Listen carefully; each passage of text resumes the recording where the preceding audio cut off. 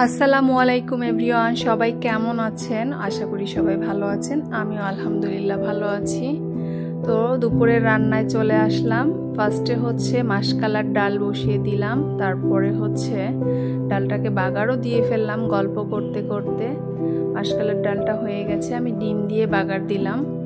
তারপরে হলো এটাতে বসিয়ে দিব হচ্ছে এখন মুরগির মাংস বাবুর জন্য, কারণ বাবুর জন্য সোনালী মুরগি প্রতিদিনই রান্না করতে হয়। আমার ছোট ছোট দুই বেবি আছে, ওরা হচ্ছে সোনালী মুরগি পছন্দ করে, তো ওদের জন্য সোনালী মুরগিটা মাস্ট বি রেগুলার রান্না করতে হয়। কখনো একদিন রান্না করে 2 দিন খায়, আবার কখনো রেগুলারই করতে হয়। আর যদি বড় 2 বাচ্চাও খায় সেক্ষেত্রে দেখা যায় যে ওদের জন্য শেষ হয়ে যায়, তো প্রতিদিনই বলতে গেলে প্রায় রান্না করা হয়। তারপরে রুই মাছ দিয়ে রান্না করব হচ্ছে সিমের বিচি দিয়ে, আর রুই মাছ ভাজিও করব। আমার মেজো ছেলেটা ও রুই মাছের ভাজি পছন্দ করে অনেক। তারপরে হচ্ছে আমার রান্না চলতেছে। আজকে অনেক ভালোই গরম পড়েছে, তো গরমের মাঝে এবার কিভাবে যে রান্না করব রোজার মধ্যে সেটাই চিন্তা করছি। তো আল্লাহ একটা না একটা ভাবে আর কি সব ঠিক করে দিবে।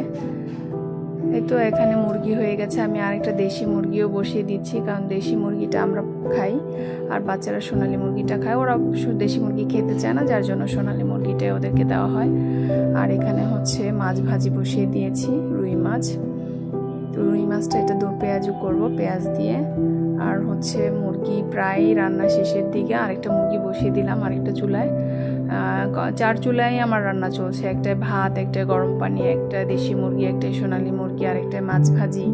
তো এইভাবে আসলে রান্না যখন দ্রুত করতে চাই তখন 4 চুলা 5 চুলা একসাথে বসিয়ে দিতে হয়, তা না হলে দ্রুত রান্না শেষ হয় না। সকাল টাইমে তো অনেক বেশি কাজের চাপ থাকে, বাচ্চারা স্কুল থেকে ছোট 2 বাচ্চা চলে আসে, ওদেরকে দ্রুত খাবার দিতে হয়। 1টার দিকে বড় 2 ছেলেও চলে আসে, 1টা-1:30টার দিকে। ছোট 2 জন আসে 11:30-12টার মধ্যে। তো এই তো আমার তাড়াতাড়ি সকালবেলা রান্না করতে হয়। আমি আবার 2-4টা হাঁসের ডিম আর কি সিদ্ধ করেছিলাম, তো দেখি কেউ খায়নি, পরে ভাবলাম যে মুরগির মধ্যে দিয়ে দিই, কারণ আমরা মুরগির মধ্যে অনেক সময় ডিম দিতে পছন্দ করি, এই জন্য ডিমটা মুরগির মাঝখানে দিয়ে দিলাম। এই তো রান্না শেষ, এখানে ভাত রান্নাও শেষ, প্রায় শেষের দিকে ভাত রান্না শেষ হয়ে গেছে। এখন এই যে দেশি মুরগির মাঝে আমি হচ্ছে ডিমটা দিয়ে দিব, ডিমটা ভাজি করে ফেললাম। দেশি মুরগি দিয়ে শালগম দিয়ে রান্না করেছি, সাথে ডিমও দিয়ে দিলাম।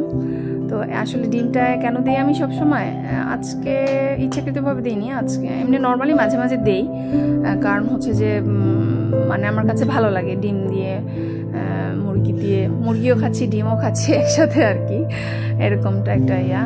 তারপরে আমি হচ্ছে মাছের জন্য মশলা ভুনা করতেছি পাশের চুলায়। একটু ধনিয়া পাতাও দিয়ে দিলাম মুরগির মধ্যে, ধনিয়া পাতাটা দিলে, শালগম দিলে ফ্লেভারটা আর কি একটু ভালো আসে আর কি, এই জন্য ধনিয়া পাতাটা দিয়ে দিলাম। তারপরে তো এই তো মাছের মশলা রেডি হয়ে গেছে। এখন সবজিটা দিব, সিমের বিচি আর হচ্ছে গোল আলু দিয়ে মাছটা রান্না করলাম। এই যে এটা হচ্ছে রুই মাছ, দেশি রুই মাছ, মাছ দিয়ে আর কি ভুনা করে, তারপরে হচ্ছে ভুনাটা করে তারপরে মশলাটা দিব, মানে ইয়াটা সিমের বিচি আর আলুটা দিব।